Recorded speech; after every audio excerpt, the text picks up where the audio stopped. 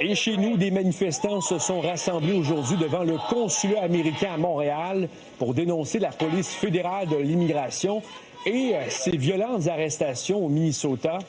On se rappelle que la mort de 2 personnes a mis le feu aux poudres ces dernières semaines. Et l'autre événement marquant qui a semé l'indignation, c'est l'arrestation de ce petit garçon de 5 ans, le petit Liam et son père. Bonne nouvelle, Étienne, l'enfant a été libéré de retour chez lui. C'est une photo, a dit, qui avait fait le tour du monde, celle du petit Liam, âgé d'à peine 5 ans. C'était le 20 janvier dernier, alors qu'il était appréhendé par des agents de ICE. Vous allez voir en image, il a été libéré parce qu'il était incarcéré depuis le 20 janvier dernier avec son père par la police de l'immigration. Vous voyez des images captées. Il a quitté donc le centre de détention où il était pour revenir donc en banlieue de Minneapolis, où il habite. Et c'est une arrestation qui avait choqué et qui avait vraiment soulevé la population contre les agents et les actions de la police fédérale ICE. Et c'est même un juge qui a dû imposer et ordonner la libération du jeune garçon de 5 ans et de son père. Vous voyez un représentant, donc démocrate, qui a accueilli le jeune Liam et son père lors de leur sortie de ce centre de détention.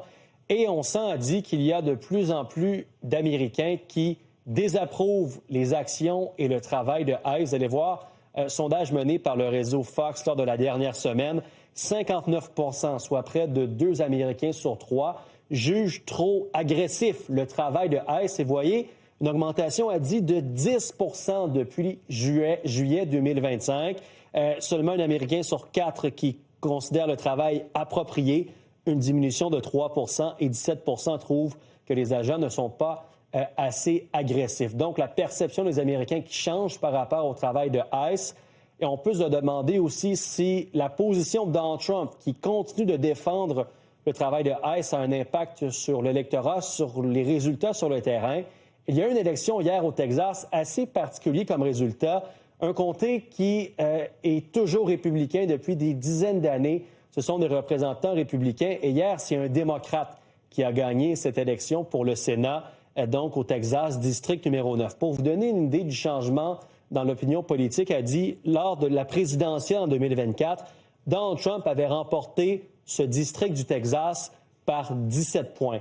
Hier, le représentant démocrate l'a remporté par 14 points, soit un changement de 31 points. C'est majeur dans le changement de l'opinion de la population dans ce comté qui est historiquement républicain.